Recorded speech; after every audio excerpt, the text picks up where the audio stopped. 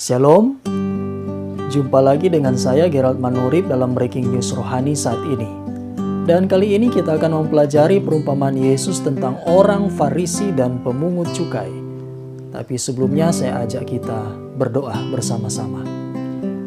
Bapa di sorga, saat ini kami kembali akan mempelajari dan merenungkan akan firman Tuhan. Kiranya Roh Kudus-Mu akan menolong kami. Di dalam nama Yesus Kristus hamba berdoa. Amin. Dalam renungan pelajaran Alkitab saat ini yang akan kita pelajari adalah perkara yang paling menyakitkan hati Allah. Apakah itu? Mungkin ketika direnungkan saya juga tanpa saya sadar pernah melakukannya, atau mungkin juga saudara. Nah, karena itu ikuti pembahasan ini dengan baik agar kita dapat menemukan jawabannya. Dan oleh pertolongan Tuhan kita bertekad untuk tidak akan melakukan hal yang paling menyakiti hati Allah, karena Allah adalah sumber berkat dan pertolongan kita. Dan kita, saudara dan saya, akan terus diberkati oleh Allah. Oke? Baik, mari kita mulai. Perumpamaan Yesus tentang orang Farisi dan pemungut cukai dapat kita temukan di dalam Injil Lukas pasal 18 ayat 9 hingga ayatnya yang ke-14. Mari saya ajak seperti biasa untuk kita membacakan ayat demi ayat. Ayat 9. Dan kepada beberapa orang yang menganggap dirinya benar dan memandang rendah semua orang lain, Yesus mengatakan perumpamaan ini. Ada dua orang pergi ke bait Allah untuk berdoa. Yang seorang adalah Farisi dan yang lain pemungut cukai. Orang Farisi itu berdiri dan berdoa dalam hatinya begini, "Ya Allah, aku mengucap syukur kepadamu, karena aku tidak sama seperti semua orang lain, bukan perampok, bukan orang lalim, bukan pesina, dan bukan juga seperti pemungut cukai ini. Aku berpuasa 2 kali seminggu. Aku memberikan 1/10 dari segala penghasilanku." Tetapi pemungut cukai itu berdiri jauh-jauh, bahkan ia tidak berani menengadah ke langit. Melainkan ia memukul diri dan berkata, "Ya Allah, kasihanilah aku orang berdosa ini." Aku berkata kepadamu, orang ini pulang ke rumahnya sebagai orang yang dibenarkan. Dan orang lain itu tidak, sebab barang siapa meninggikan diri, ia akan direndahkan, dan barang siapa merendahkan diri, ia akan ditinggikan. Mari kita lihat latar belakang dari perumpamaan ini. Perumpamaan ini adalah perumpamaan yang Yesus sengaja tujukan kepada orang-orang yang menganggap dirinya benar dan memandang rendah semua orang lain. Lukas 18 ayat 9. Orang Farisi pergi ke bait Allah untuk berdoa. Bukan sebab ia merasa bahwa ia adalah seorang berdosa yang memerlukan pengampunan, melainkan sebab ia mengira dirinya benar dan berharap untuk mendapat pujian. Perbaktiannya dianggapnya sebagai satu jasa yang akan memperkenankan dia di hadapan Allah. Selain itu, motivasinya adalah mempertontonkan kepada orang-orang mengenai kesalehannya. Ia mengharapkan supaya diperkenan oleh Allah maupun oleh manusia. Perbaktiannya didorong oleh kepentingan dirinya sendiri. Ia sangat memuji dirinya sendiri. Bahkan ia memperhatikan, berjalan dan berdoa hanya untuk dirinya sendiri. Dengan merasa puas terhadap dirinya, ia mengira bahwa Allah dan manusia memandangnya dengan cara ia memandang dirinya sendiri. Saudara, mari kita lihat sikap dan kata-kata doanya. Ayat 11. Orang Farisi itu berdiri dan berdoa dalam hatinya begini, "Ya Allah, aku mengucap syukur kepadamu, karena aku tidak sama seperti semua orang lain, bukan perampok, bukan orang lalim, bukan pesina, dan bukan juga seperti pemungut cukai ini." Perhatikan, orang Farisi ini menilai dirinya sendiri. Ia menilai tabiatnya sendiri dan bukan membandingkan tabiat Allah yang suci, melainkan dengan tabiat orang lain. Dengan kata lain, pikirannya dialihkan jauh dari Allah kepada manusia.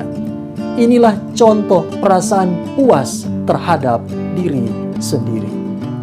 Ia terus melanjutkan menyebutkan segala perbuatan-perbuatannya yang baik.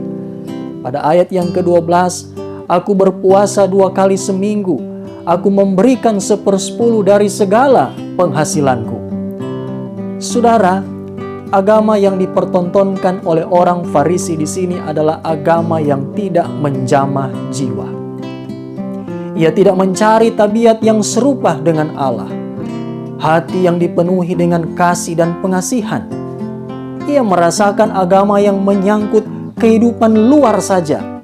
Kebenarannya adalah kebenaran terhadap dirinya sendiri, buah-buah perkataannya sendiri, dan dinilai dengan ukuran manusia. Hati-hati, siapapun yang yakin akan dirinya sendiri bahwa dia benar, akan gampang merendahkan orang lain.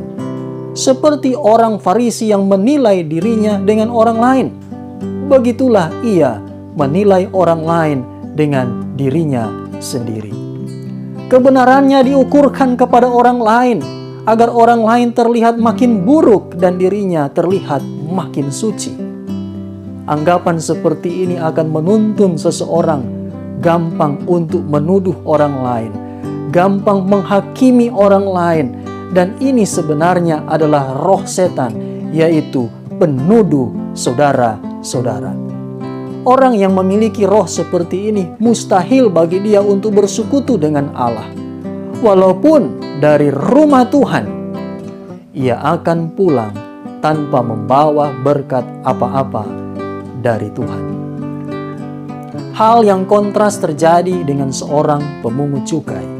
Pada ayatnya yang ke-13, tetapi pemungut cukai itu berdiri jauh-jauh, bahkan ia tidak berani menengadah ke langit, melainkan ia memukul diri dan berkata, "Ya Allah, kasihanilah aku orang berdosa ini."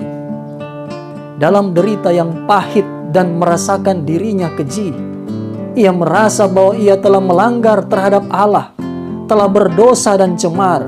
Ia malah tidak bisa mengharapkan pengasihan dari orang yang berada di sekelilingnya, karena mereka melihat dia dengan hina. Ia tahu bahwa ia tidak mempunyai jasa untuk memujikan dirinya kepada Allah.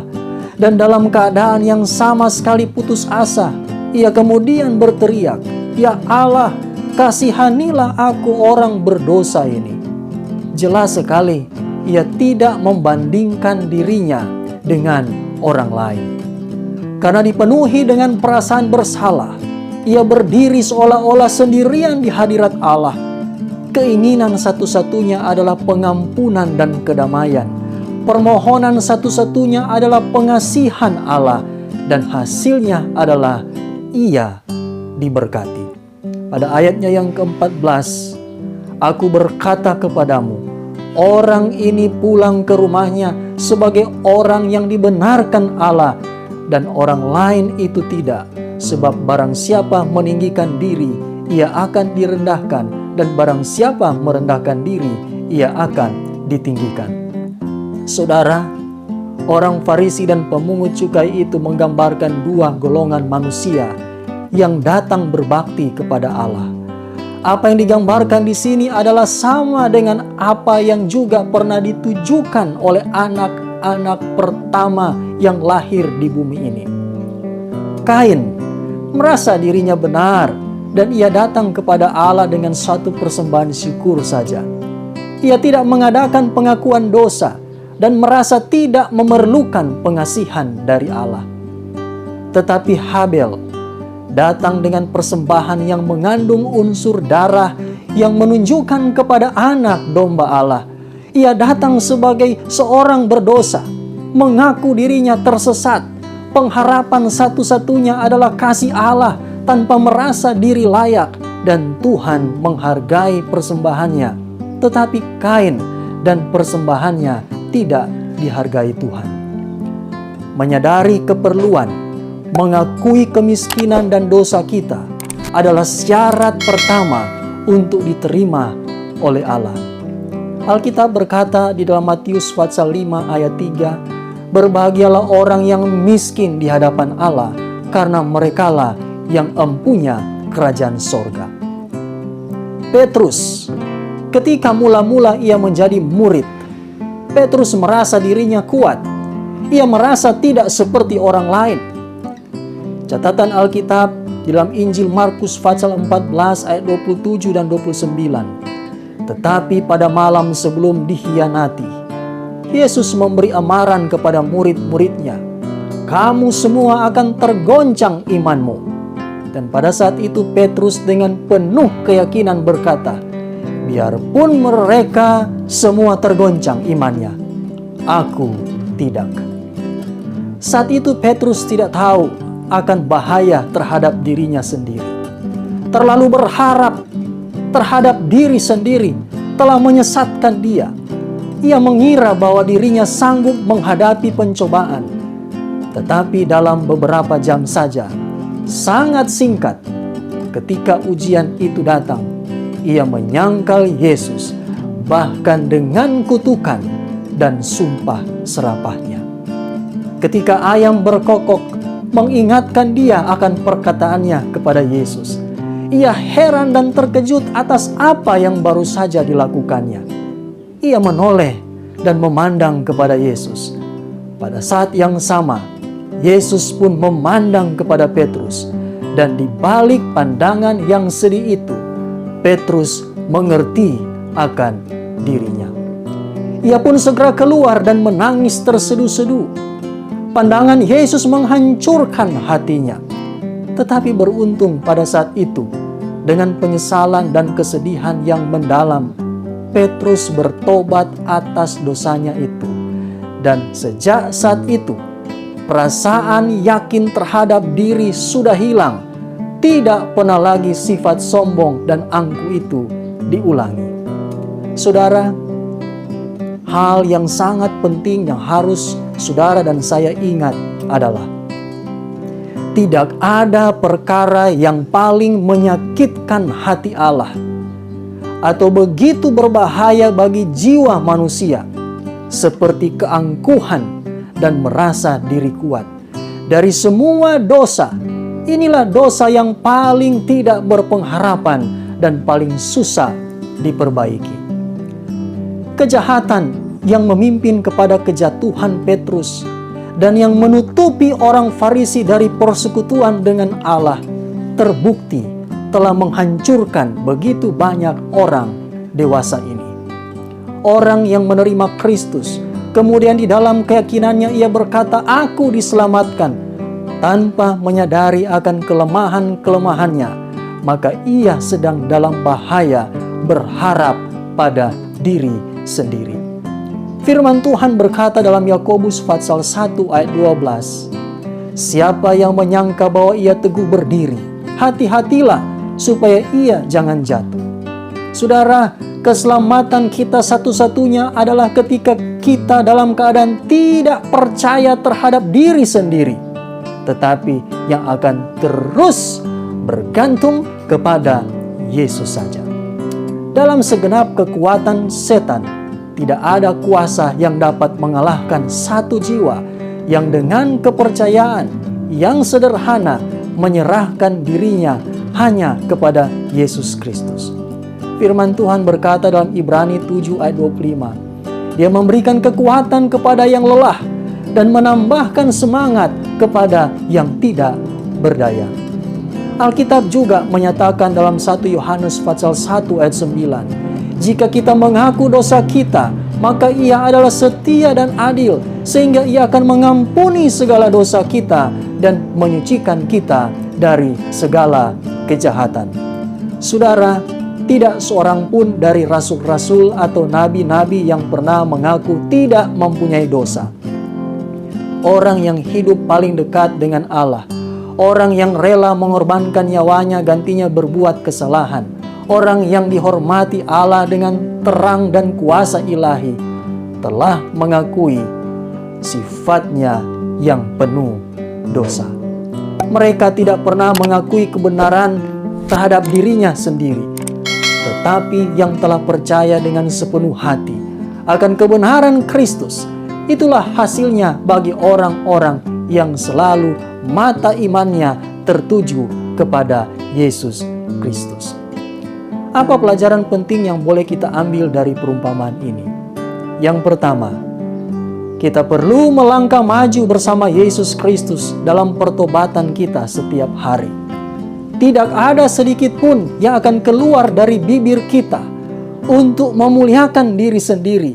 Yang kita tahu bahwa kekuatan kita itu hanya dalam Yesus saja. Seperti firman Tuhan berkata dalam Roma pasal 7 ayat 18, sebab aku tahu bahwa di dalam aku, yaitu di dalam aku sebagai manusia, tidak ada sesuatu yang baik. Firman Tuhan yang lain juga berkata dalam Galati pasal 6 ayat 14, tetapi aku sekali-kali tidak mau bermegah selain dalam salib Tuhan kita. Sebab olehnya dunia telah disalibkan bagiku dan aku bagi dunia.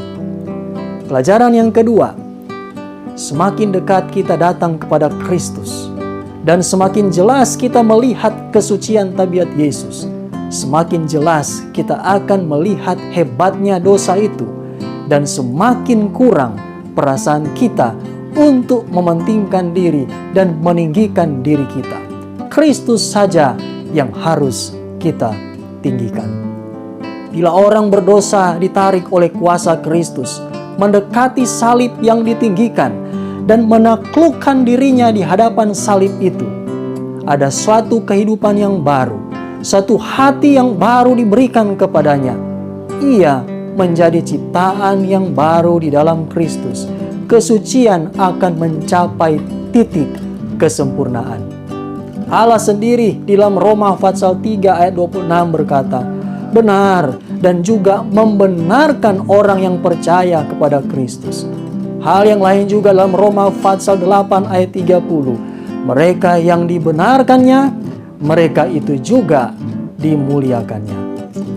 Besarlah malu dan kehinaan oleh dosa, tetapi lebih besar lagi kehormatan dan ketinggian oleh kasih penebusan bagi umat manusia yang berusaha untuk menyesuaikan diri kepada peta ilahi, diberikan perlengkapan harta surga, kekuatan yang penuh, dan akan menempatkan mereka lebih tinggi dari malaikat yang belum pernah berdosa. Pelajaran yang ketiga, ingatlah, barang siapa meninggikan diri, ia akan direndahkan, dan barang siapa merendahkan diri, ia akan ditinggikan. Semoga sikap dan motif hati kita yang telah dibaharui oleh Roh Kudus tidak akan menyakiti hati Tuhan lagi. Demikian pelajaran yang boleh saya sampaikan pada saat ini. Saya undang kita berdoa bersama-sama. Bapa di sorga, terima kasih dengan renungan firman Tuhan yang boleh kami pelajari saat ini. Tolong kami Bapa, agar supaya kami mampu untuk dapat menghidupkan pelajaran rohani ini. Di dalam nama Yesus Kristus hamba berdoa. Amin.